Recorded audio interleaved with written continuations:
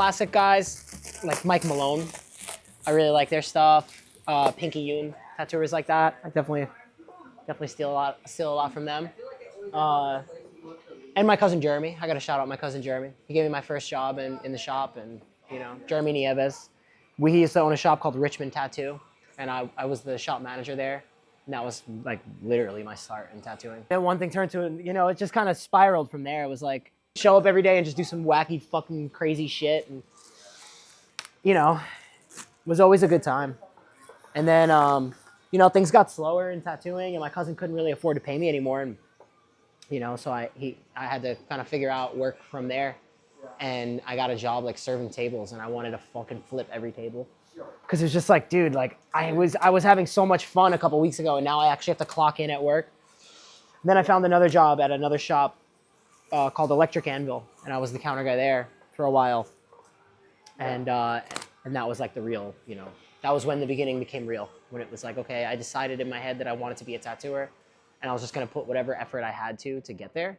So I just started painting flash. I started, just cranking them out as much as I could, as many sheets as I could a week, until eventually I felt confident enough with what I had collected that I could go into a shop and they would take me on as an apprentice. And yeah, so that's what I did. My first tattoo, it's kind of funny. I ended up getting it at Black Ink, but I didn't really know what Black Ink was at the time. I knew what the show was, but I didn't really know anything about it. And I got tattooed by some dude there, Envy, I think he called himself. I don't know his real name, but that's what they called him on Instagram. He did. I got like a skate and destroy thing, and dude, it's held up. This is like a long time ago, and it still looks great. So, and something that I actually learned from him, which is crazy because you could learn things even when you're not even meaning to. And I remember when he tattooed me, it's like a logo where it's pretty thick. He actually outlined it with like a really small needle, and he outlined around the thickness of the letter and then filled it in. And now that I'm a tattooer, I understand like that's the way to do that. Not really, because like my goal isn't necessarily to like have the greatest tattoos. It's to like have the best time. I just want to have fun, enjoy myself, get tattooed by my friends, people that I like, or just even someone that I just like in that moment. And I just, have a, it doesn't have to be long lasting friendships, or anything like that. It could just be, just the moment is fun sometimes. And when it's right, and you always have that like memory of that like stupid thing. I have everything from ex-girlfriends' names to fucking, ex shops that I worked at and stuff like that.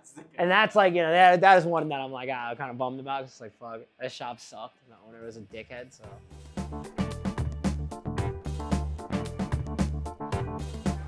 There definitely still is a vibe of like people thinking a type of way about you.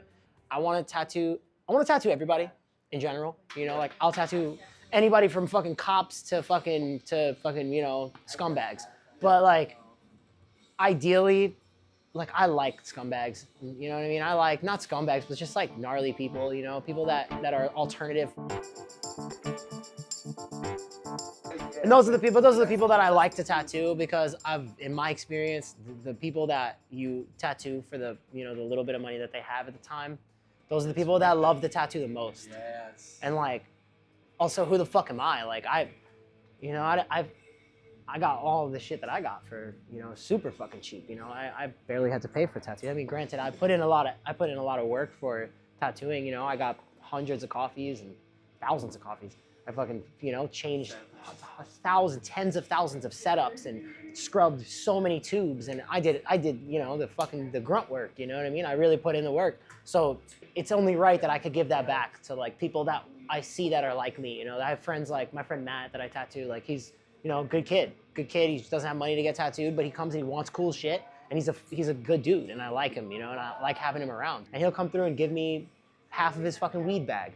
And that makes my heart feel warm, and that's enough for me. Like that's special to me. So I will do a tattoo on you with joy, and I won't even think about how tired I am after, because tattooing isn't fucking easy.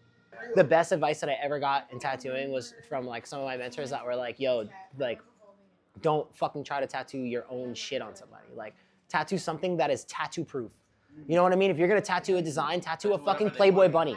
Tattoo a fucking design that's like tried and true. That's always gonna look good. You know what it's gonna look. You know what it's supposed to look like. Don't tattoo something that you're gonna realize midway through a tattoo that it's not quite what you thought it was, And so at least make it something that you know that the design isn't getting in your way.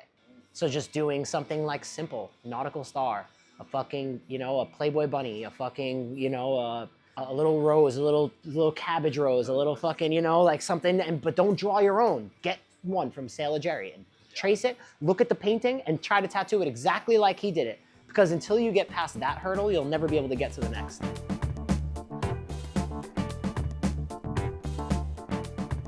I found a passion for traditional tattoos because I really have a lot of respect for these guys, and that was what I was around. I was around traditional tattooers, so the people that I was around, I had such a tremendous amount of respect for them and the crafts that they had that I think it's just by chance. I think if I would have started out in a shop that was a realism shop, that probably would have been the route that I would have taken. It's just what I was around. I was around guys that did that kind of stuff, so, and I liked them a lot. I worried a lot about that in the beginning of like, what's my style gonna be? And I remember worrying about it, and I was in the basement of Electric Amble, and I was like talking about like you know, like, man, like I want a tattoo so bad, but I don't know what my style's gonna be.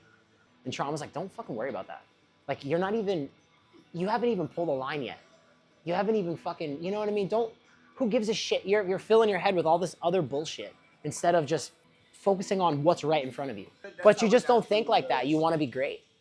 I think as a tattooer, like, at least where I'm at, it's like my responsibility to try to give you a cool decoration on your body. And it's not about the vanity of like, it's my 100% original idea. Okay, what would it mean if you made your best piece?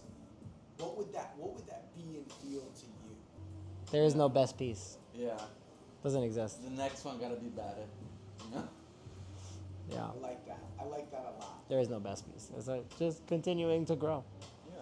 Always, infinitely. That's like I think that's the allure, ultimately. Well, at least my allure to tattooing is that it's like skateboarding. Like, when I started skateboarding, I realized that this was a thing that I love to do, but I could never master it. I could try for the rest of my life, and I'll never be a master of it. I'll never be able to do every trick that I want to do and do whatever. It's not like that. A video game is boring when you do that. When you get to the end of the game and you're so powerful that you're just fucking destroying everything, it's like, yo, that shit's boring. You're like, all right. And then that's when that shit goes on the shelf and it collects dust. And I need something in my life that doesn't collect dust, that doesn't get put on the shelf and collect dust. I want to do something that I could never, ever, in a million years, master. If I had 3 more lifetimes, I still wouldn't be able to even get close to mastering it.